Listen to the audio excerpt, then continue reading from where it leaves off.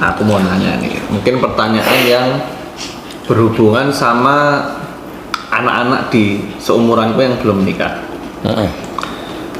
Kan yang namanya menikah itu kan pasti wajib, dan yang namanya menikah itu pasti kedepannya tuh nggak mungkin mulus-mulus aja perjalanannya Pak pernikahan ini.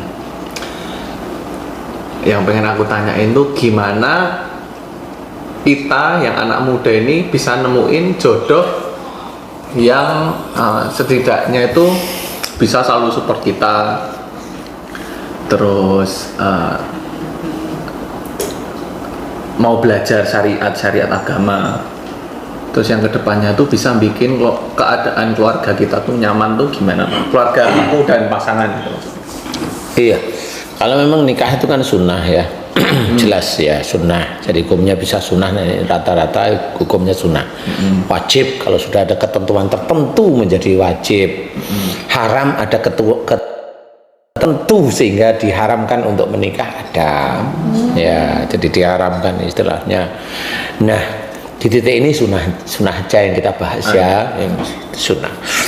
Jadi seseorang itu insya Allah akan menemukan jodohnya itu tidak pada saat dia itu mencari, kemudian dia membaca amalan-amalan tertentu, terus mendapatkan jodoh, itu belum seperti itu. Insya Allah. Nah, selama ini biasanya seseorang itu akan mendapatkan jodoh itu tetap diatur oleh Allah Ta'ala sekufu, diatur oleh Allah Ta'ala sekufu. Contoh, umpamanya kamu mendapatkan jodoh pada saat tersebut umpamanya. Jodoh itu pendekatan ya, pendekatan pada seorang wanita, calon lah ya. Pada saat tersebut itu yang Bapak tidak tahu, tidak ngerti sehari-harinya kamu itu dengan calonmu itu bagaimana, yang kamu nggak tahu orang tuanya kayak apa. Nah, suatu ketika kamu itu ada suatu keadaan yang menjadikan itu tidak menjadi menikah dengan keadaan tertentu, dan itu tahu mamanya, sehingga Bapak bilang ini nggak usah menikah, kalau sudah begini nggak bisa menikah. Setelah nggak bisa menikah baru dikorek semuanya, mamanya nggak tahu, memang nggak jadi menikah, mamanya kamu tidak menjadi menikah. Nah, pada saat tidak menjadi menikah itu gimana kok bisa nggak jadi menikah? Karena ketahuan entah di keluarganya itu ada sesuatu kesalahan dari keluarganya. Bisa aja keluarga itu nggak sadar kalau itu salah. Ada ego dari keluarganya, tapi nggak sadar mereka itu bahwa itu egois. Tidak sadar bahwa dia itu ada penekanan, push ke kamu umpamanya. Karena kamu nggak pernah cerita sama bapak umpamanya, ya nggak ngerti bapak. Nah, suatu ketika bapak hanya melihat ini kayaknya nggak bisa diteruskan, ya. Nah, nggak bisa diteruskan. Setelah nggak bisa diteruskan, bubar namanya, nggak jadi nikah. Nah, di situ kamu baru bilang, nggak taunya calonmu itu dulunya kalau mamanya lagi berantem, mintanya langsung putus, mintanya langsung putus seperti itu. Nah, karena kamu itu mencoba menjaga biar tidak tahu ke bapak, akhirnya kan itu kamu tutupi sebenarnya. Yang bapak nggak tahu. Benar nggak sih? Benar. Berarti sebenarnya tuh dalam memilih jodoh itu harus ada keterbukaan. Nah, itu salah satu istilahnya. Kalau mamanya bapak cerita bahwa benar nggak mamanya kamu itu, karena kamu itu kelihatan cinta. Nah, cinta itu cinta itu maaf ya cinta itu ini ya, cinta itu seperti kentut. Iya, cinta itu kayak kentut, disimpan itu sakit perut, dibuang bikin ribut. Jadi janganlah makan cinta ya. Nah, ini begini, umpamanya nggak taunya kamu menyimpan selama ini itu, kalau dia ribut itu nggak taunya pengen putus terus, Nah, itu kan menekan kamu, sehingga kamu itu karena rasa cintamu yang kayak kentut itu gitu. Maaf ya guys, sehingga kamu nggak terbuka dengan bapak. Kamu merasa hanya ingin dengan dia. Paham? Tapi oleh Allah Ta'ala, nggak taunya kamu diselamatkan oleh Allah Ta'ala. Suatu ketika yang membuat itu bisa bruk atau pecah atau putus itu ada egois, ada push, ada tekanan, ada dan sebagainya. Umpamanya bapak tahu, umpamanya. Sehingga bapak bilang, jangan diteruskan yang seperti ini, kamu akan rusak nanti. Nah, itu kalau sudah tahu, itu bapak tahu, itu adalah petunjuk dari Allah Ta'ala. Yang selama ini umpamanya kamu tidak pernah cerita. Satu, petunjuk dari Allah Ta'ala melalui bapak. Yang kedua, kamu diselamatkan oleh Allah Ta'ala masa depanmu besoknya. Karena dengan kondisi bruk itu bubar sehingga kamu tidak tertekan lagi, tidak merasa dioyak-oyak lagi. Besok sekira 20 tahunan kamu insya Allah nggak akan terkena stroke. Lah iya, kamu dioyak-oyak terus kan kamu bisa stres, ya kan? Bisa stres lu. Nah, stres gimana? Suruh bikin rumah nggak bisa kan stres lama-lama. Ya itu salah satunya seperti itu. Nah di titik itulah Allah itu sebenarnya menyelamatkan untuk kamu, keluargamu itu diselamatkan oleh Allah Ta'ala. Bagi dia itu tidak diselamatkan, bagi dia adalah menurut dia kemenangan. Bisa aja dia itu ngomong sama keluarganya, wah nggak taunya Viko itu nggak mutu, orangnya itu barangnya jelek gitu. Siapa tahu memang orangnya ngomong begitu ya. Itulah orang-orang arogan, merasa dia itu presiden, merasa dia itu bisa menekan siapapun. Nggak boleh seperti. Nah, bagi orang itu dia akan nanti bertemu dengan lawannya. Bagi kamu bisa aja kamu diselamatkan. Nah, ini kenapa seperti itu? Nah, di sini ada pelajaran bahwa kalau kamu ada persoalan, bertanyalah pada yang tahu. Kalau kamu punya orang tua, bertanyalah pada orang tua. Paham?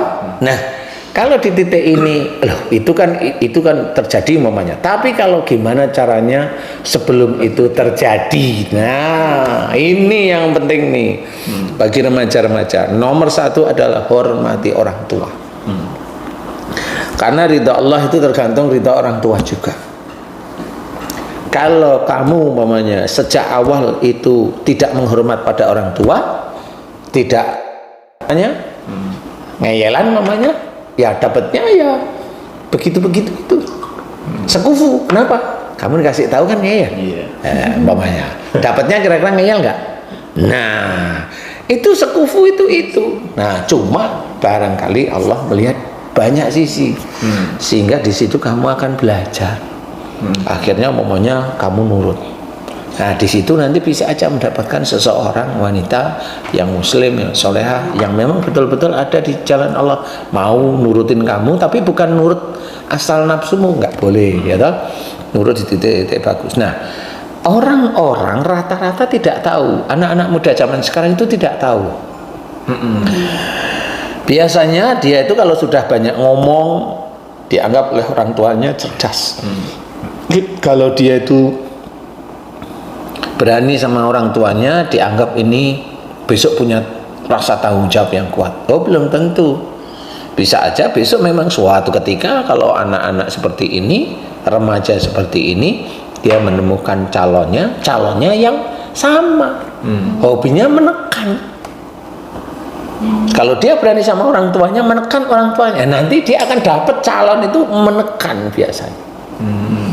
Kalau itu mau diomongkan ke orang tuanya, itu bisa menjadi salah satu cara untuk gimana caranya saya nggak tertekan ya dalam kehidupan rumah tangga saya.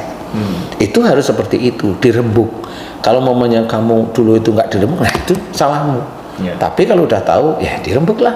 Nah, kalau sudah begitu, ini kita ambil satu fokus saja di ini. Bahayanya apa? Kalau anak itu tidak tahu, nah ini kalau anak itu tidak tahu, tidak tahu kesalahannya, kemudian dia menutupi, kamu menutupi kekurangan pasanganmu, umpamanya calonmu ditutupi, yang namanya bangkai itu pasti nanti akan tercium. Iya, kalau terciumnya langsung 1 bulan, Lah kalau terciumnya itu 15 tahun sudah punya anak, menekannya lebih kuat, bubar, mau apa terusan. Nah ini kenapa? Karena memang sejak awalnya memang kurang bisa menghormat pada orang tuanya, nggak nurut pada orang tuanya. Nah, maaf Pak, potong. Berarti kan sebenarnya di dalam hubungan tuh kalau udah ada gesekan itu kan berarti udah dikasih petunjuk nih sama Allah. Iya. Gimana caranya kita yang muda-muda ini memahami petunjuk Allah gitu loh Pak? Ya itu dari Kan satu. semua orang pasti memang semua itu dari petunjuk Allah Ta'ala, termasuk omongan orang tua itu kan petunjuk Allah. Kenapa dilawan? Hanya gitu aja. Kenapa diayali? Mamanya kamu, habis orang tuaku itu salah. Lah, terus maksudnya ya saya nggak mau.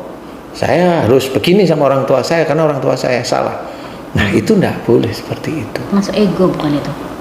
Itu merasa dirinya benar, kan merasa dia seperti Tuhan, menyalahkan orang tua Tuhan. Karena kalau kita sebagai anak tidak boleh menyalahkan orang tua. Ngikutin kalau orang tua salah itu urusan orang tua dengan Allah. Nah itu harus paham. Bukan kita yang ambil keputusan. Bukan yang kita menghakimi. Memberikan, bukan menghakimi. nggak boleh. Nah, disinilah yang harus diketahui bahwa orang tua memang punya hak khusus di hadapan Allah Ta'ala. Makanya kalau orang tua ngomong, ya ikutin aja, itu baik kok, nggak usah di ini.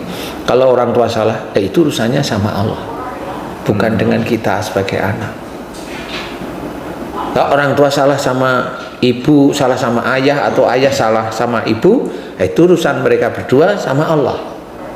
Kalaupun mau memberikan nasihat, kasih nasihat, tapi kan bukan marah, bukan dendam, bukan benci, bukan ada sesuatu yang nggak boleh seperti itu. Nah, nantinya yang ditakutkan adalah si anak ini nanti akan menemukan seseorang yang sekufu dengan dianya pada saat seperti itu. Jadi kalau dia menekan, biasanya nanti dapatnya ya orang yang menekan. Nah ini bahaya. Nah, kalau punya anak tahu-tahu bisa gimana? Pusing juga. Kan pusing ya. Sudah punya anak, uangnya nggak ada mamanya. Padahal umur sudah mulai kayak mamanya lah, kan gitu kan harus dipikirin.